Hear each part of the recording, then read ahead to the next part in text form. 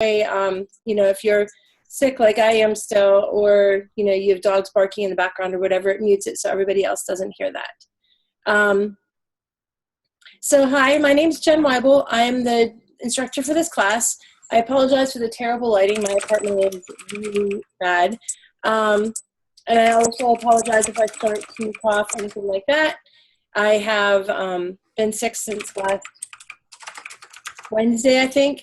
So that will help a little bit if I can, if I have issues with it. I'm sorry, I got distracted here. If you need to talk to somebody or ask questions or something like that when someone else is talking, on the bottom bar there should be a chat icon. If you are on an iPad or a phone, the icons are arranged all differently and your screens are going to be different than what we're talking about. Being that this is a instructional multimedia class, I really wanted you to be able to see the Zoom software. The Zoom software is pretty fantastic in that it's free for 40 minutes. I'm using a paid account right now, so I can go as long as we need to. We've had up to, I think, 22 or 23 people around the world on this platform, and it remained fairly stable. The only thing better that Skype does that I know of is Skype allows you to send a document through the system, and this one, as of right now, does not let you send documents. But otherwise, you can record it, you can screen share, you can do all kinds of really great things with it for free. And it seems to be a little bit more stable than some of the other platforms. And it's not something that's, you know, incorporated within the web browser that's a pain in the rear end to get out or anything like that.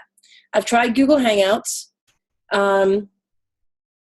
I don't really like them, but I know a lot of people really do. And I do some work with, it's called Virtually Connecting.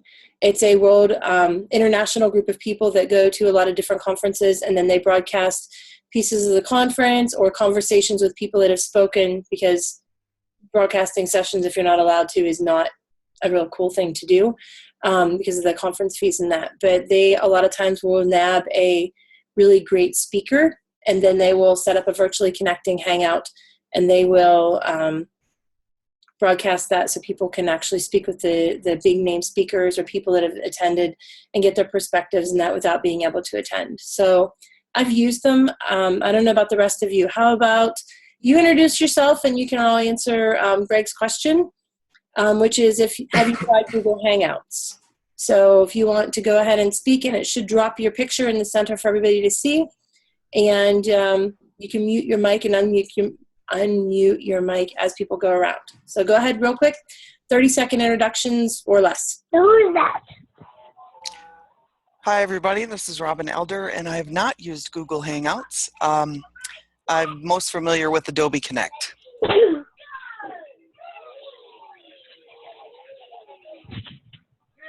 This is like, hey everyone, go ahead. Adam Dickinson. Right. I'm Adam Dickinson. I've used Google Hangouts. I don't like it. I use BlueJeans for the most part. Adobe Connect and Blackboard Collaborate. I'm writing down all the new ones that I hear. Hi, I'm Mike Perez. I haven't used Google Hangouts, but I'm sure to use it soon because my school all uses Google stuff. So. I'm Richard Bruce. I don't know if this is working or not, but I've used Google Hangouts. I've used BlueJeans. I've used Blackboard Collaborate. I feel like GoToMeeting. I don't know. I've used a ton. Well, I haven't introduced myself. Greg Hodges. I have used Google Hangouts, and I've also used Blackboard Collaborate as well.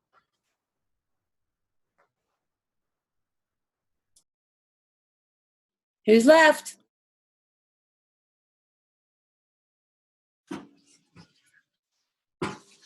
Probably me. Yeah. I've used all of them actually.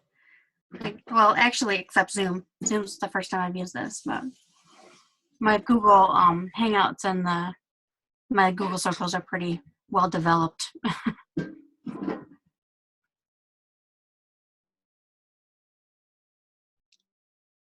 Was that everyone? Did we hear from Scott?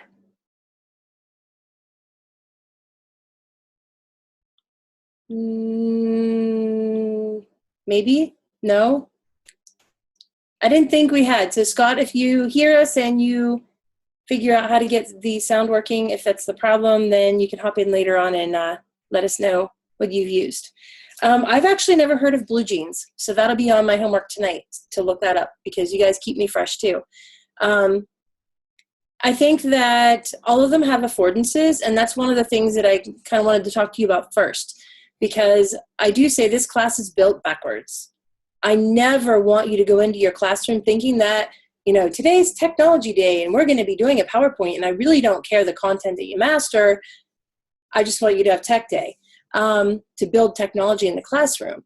And really what I want you to be thinking about this is, how does this support some kind of learning?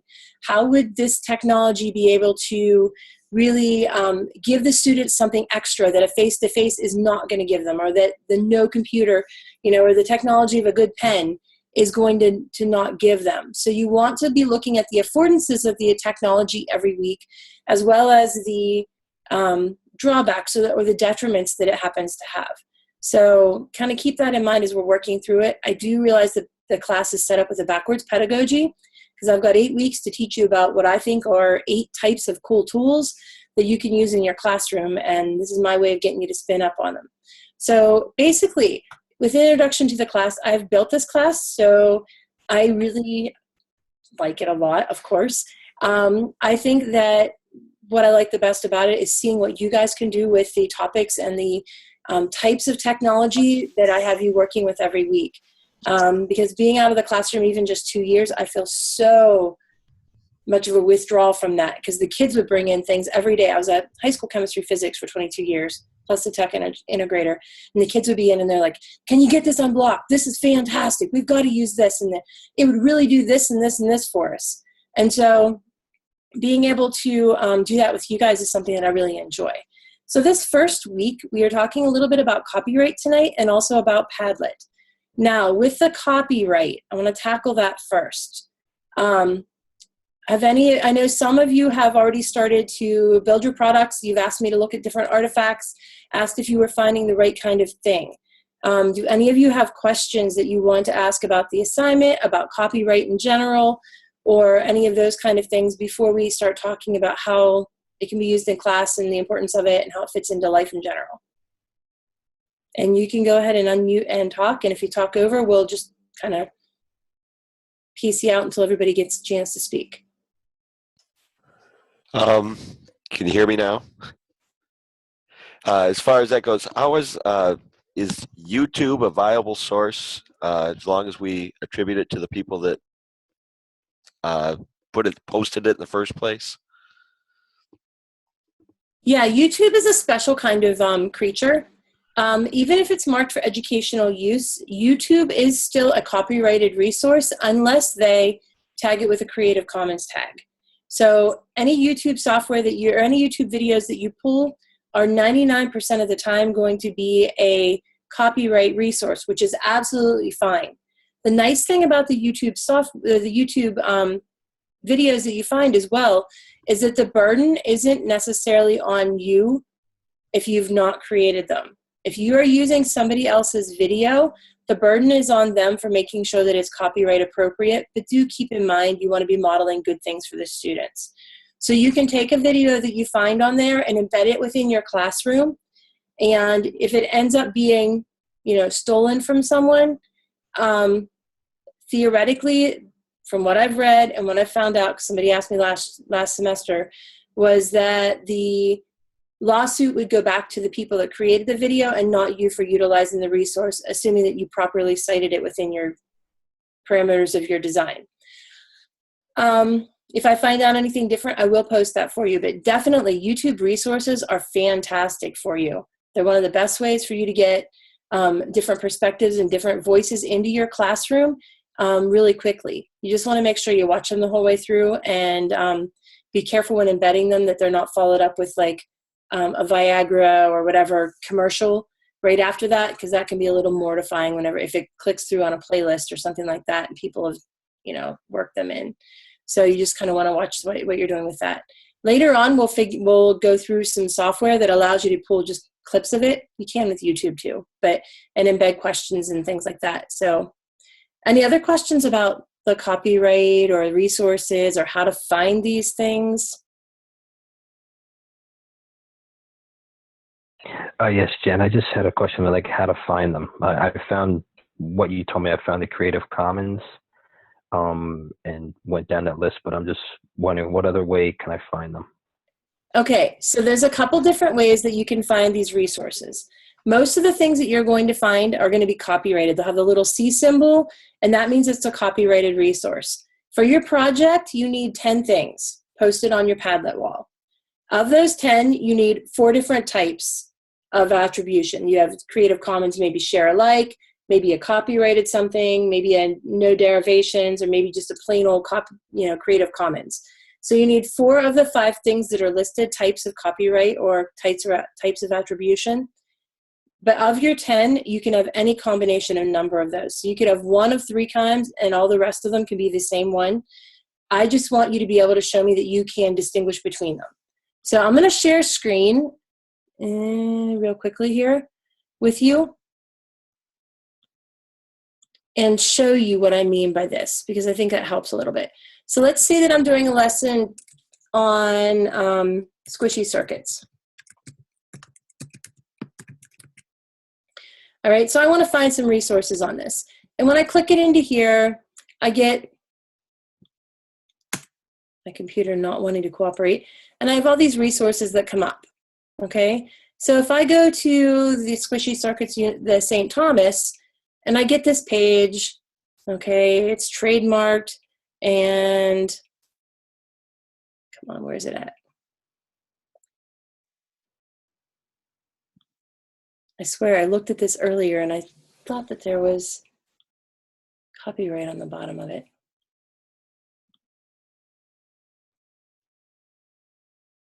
Okay, they're not. Let's find something else. That'll teach me for assuming that that was the one that I was looking at that had a good example.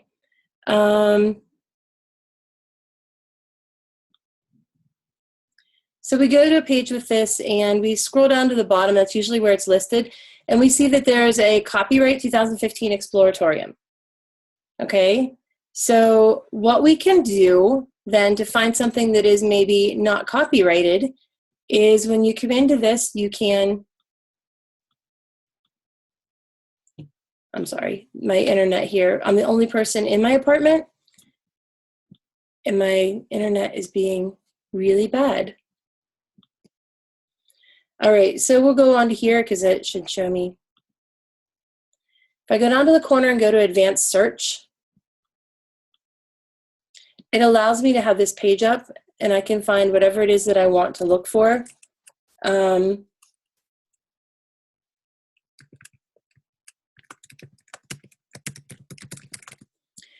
it gives me all these choices. Under usage right in the corner where it says not filtered by license, if you want to click free to use or share, that is usually a Creative Commons license where you can just use it any way you want. Even commercially allows you to sell it.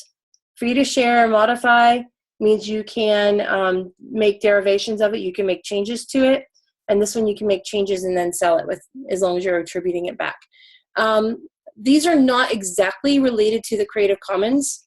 It's not CC-SA, which is share alike, which means shared under the same license, or attribution, or any of those. But at least gives you a way to kind of filter down your results and look for that. So if I were to say,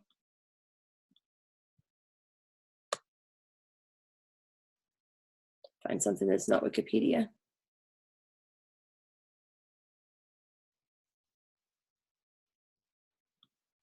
It may have been a bad topic to choose. Okay, a lot of times they're going to say at the bottom then, Creative Commons Attribution Share Alike License, and that tells you what your category of, copyright or Creative Commons is. So that's where you would find that, usually at the bottom in the corner.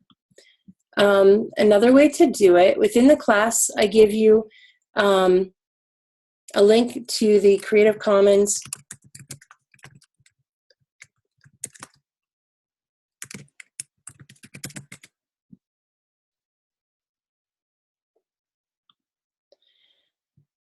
And that there should be a link within the class for this.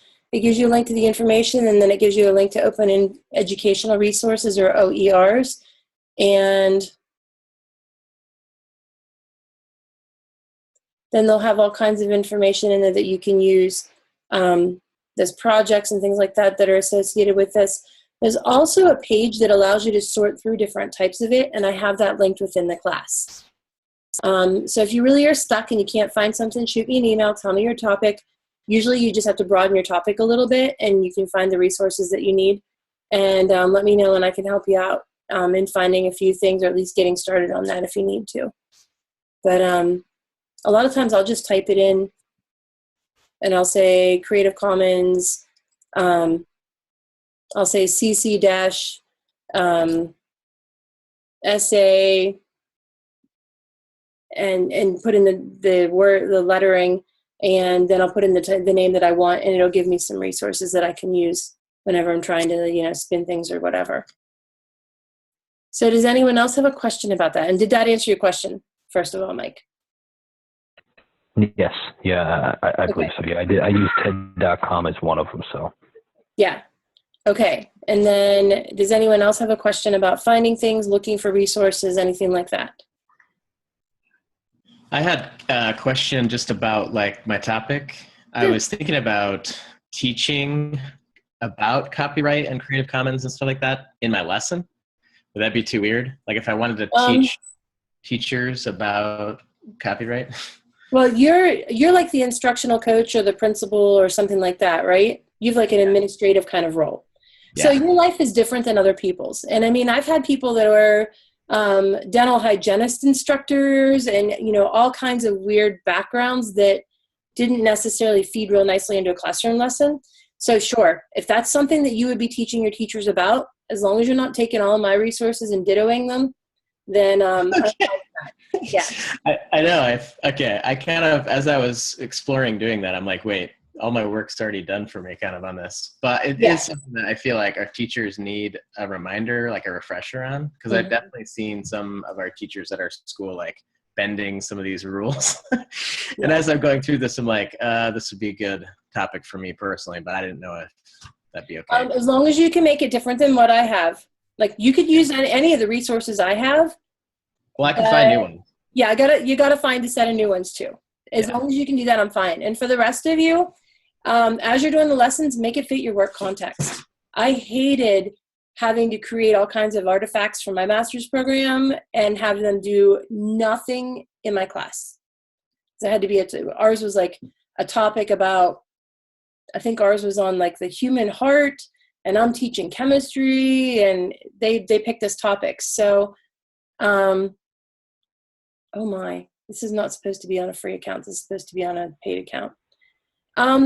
If it looks like we're going to run over time, I will kick you a new Zoom link. I am signed in under Mike DeShriver's account. Mike's account is a paid account, so I'm not sure why it's saying it's going to kick me off. So I may have an issue here. It's supposed to give me 40 minutes as well, and it's not giving me quite that. So make your topic fit whatever you're working with, and if you have a question whether it's appropriate or not, then send an email to me, and I get usually back to you pretty quickly. If you've not heard from me in 24 hours on email, then email me again, because I might have accidentally deleted it on my phone or something. But other than that, I'm usually right back to you, unless I'm sleeping. All right, any other questions on this?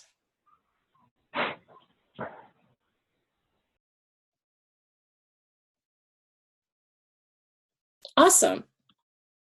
Okay, so the big question that I have for you about copyright is, how many of you have ever really made copyright a big issue in your work environment or in your class? Has it been, whether you're responsible for yourself personally or other people? How many of you have actually made this a subject or topic that you address and hit hard? I mean, I can see some of you saying yes, some of you typing in yes. Would you like to give us an example of how or why you were using it in your classroom, what kind of topic that you were using it for, or how you were kind of putting it into there? Go ahead. Robin and Dawn, I both saw saying yes. I'm not Yeah. sure. Okay, I so have to because I teach graphic design, and the students they're not always wanting to create their own design or their own photography or their own, so I've got to teach them how to be able to document properly so that if they want to use it in their portfolio, they can. yeah, and you're at the college level too, so that adds an extra layer of responsibility. Yeah. I think, whereas somebody that's teaching kindergarten, yeah, I don't know that they're going to be too upset if a kindergartner borrows an image and, you document it, but. Yeah, and I work at the college newspaper teaching them how to do student work, so, yeah. Good. How about you, Robin? You said that you've also used this within your work context. Sure. In my environment back at Capital One and now at CarMax, a lot of marketing departments will use our own logos, but then wrap other similar types of phrases or images that could be misconstrued as another company's or another type of image or a different meaning. So we also have to be very careful of how we use and where we place the logos in all the training that I create in the intranet that I create, because it's viewable by some of our third-party partners like KPMG or Fujitsu or other people that we've hired to come on board and help us, but we can't just arbitrarily use their logos all over the place. So it's things like that I'm aware of myself and the things that I create, but that also I help marketing with. And I see Adam posted, if you don't see the chat, if you're on an iPad or a phone, sometimes the chat doesn't show up as well, from what I've been told. He said he's the head of IT for a university, so he has to have these discussions all the time about software and the right to distribute. So I think that's interesting. We've had perspectives from working within the university as head of an IT department, and also someone who works in business with this. For those of you in a K-12 setting, is this not as big of a deal within your classroom at this time anyway? Speaking as a band director, we use music a lot. As we went through the copyright, I was reading that as long as you have a original copy to back up, you could make a copy of it for each part. Like we found out if we pass out original music, it gets destroyed really quickly, and then you've got to buy another whole piece for $125. But I'm assuming, as I read that correctly, it's okay I make a copy as long as I have a original to back it up for each student. That's what my understanding of it is for music. That because we had this question at the district that I worked with, that as long as you have the original copy, you can make it and distribute to the students that belong to that school district. If you are distributing it, for example, for district band or regional band or something like that, you may need to check into it more carefully, because they do not belong to the district that actually purchased it. Yeah. And so the law may be a little bit more gray there. So we have lots of fun with that. So I'm sure. I don't even want to think about it. Anyone else have anything that you've dealt with or worked with the copyright? I know, like at my school, a lot of teachers want to hand out articles from famous scholars, especially I work at a Bible school. So like in our theological world or whatever, Bible journals or like theological journals are really popular. So teachers are always trying to like copy and distribute copyright articles, and I have to constantly be like, no, you can't take like something that you got off of Lebronix or off of Logos or wherever you got it from the digital library and just copy it straight to the students. But sometimes they slip by me. So it's a constant battle, I feel like. I think for educational purposes as well, you are allowed to pull certain articles and things like that to use, but as long as they are not like archived and kept and distributed again and again. I think you have to be able to go back to the original resource. And I think that it can be a portion of, like, you can't copy 600 pages of something, but you could copy 2 pages of a text for them to use in class Yeah. to analyze it or something like that. And Adam posted a question too, something about the same medium. A VHS tape, you can make a VHS backup and not a DVD.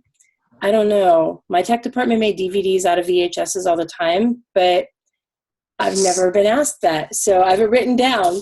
I do write down all the questions to try and find answers to if I don't know it, but I'll have to look into that.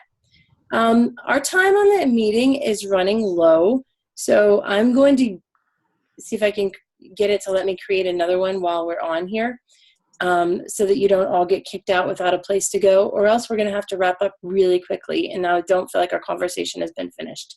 I apologize.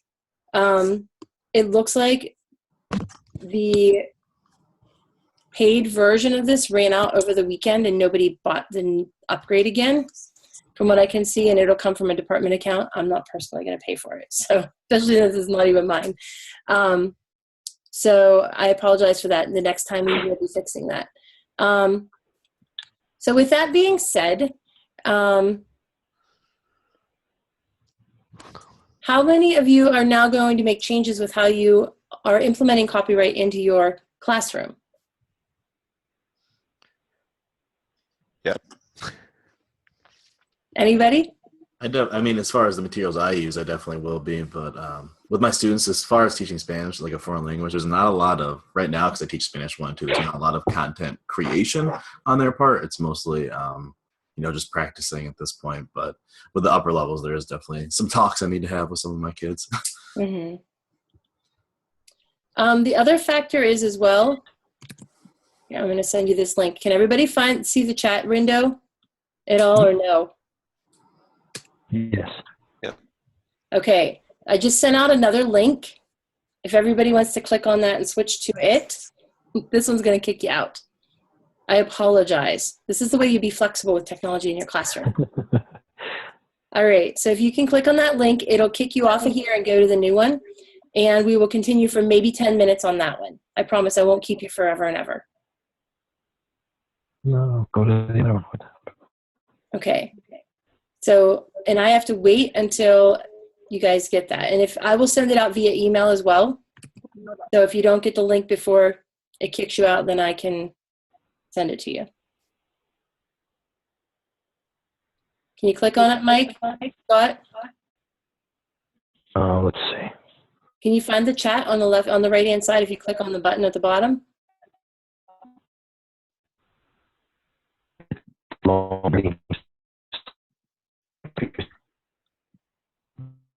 I'm going to email you the link through your university email as soon as I get logged in on there. Okay?